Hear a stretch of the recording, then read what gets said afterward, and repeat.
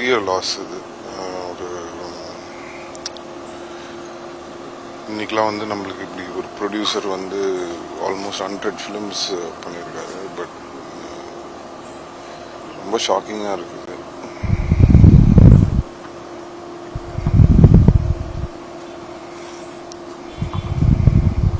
Great person, ரொம்ப சப்போர்ட்டிவாக இருந்திருக்காரு ஃபார் எவ்ரிபடி. நிறைய டைரக்டர்ஸ்க்கு, ஆக்டர்ஸாக இருக்கட்டும், டெக்னீஷியன்ஸாக இருக்கட்டும்.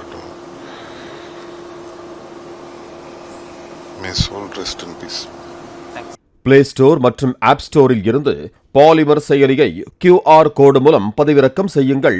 செய்திகளை உடனுக்குடன் பெறுங்கள்.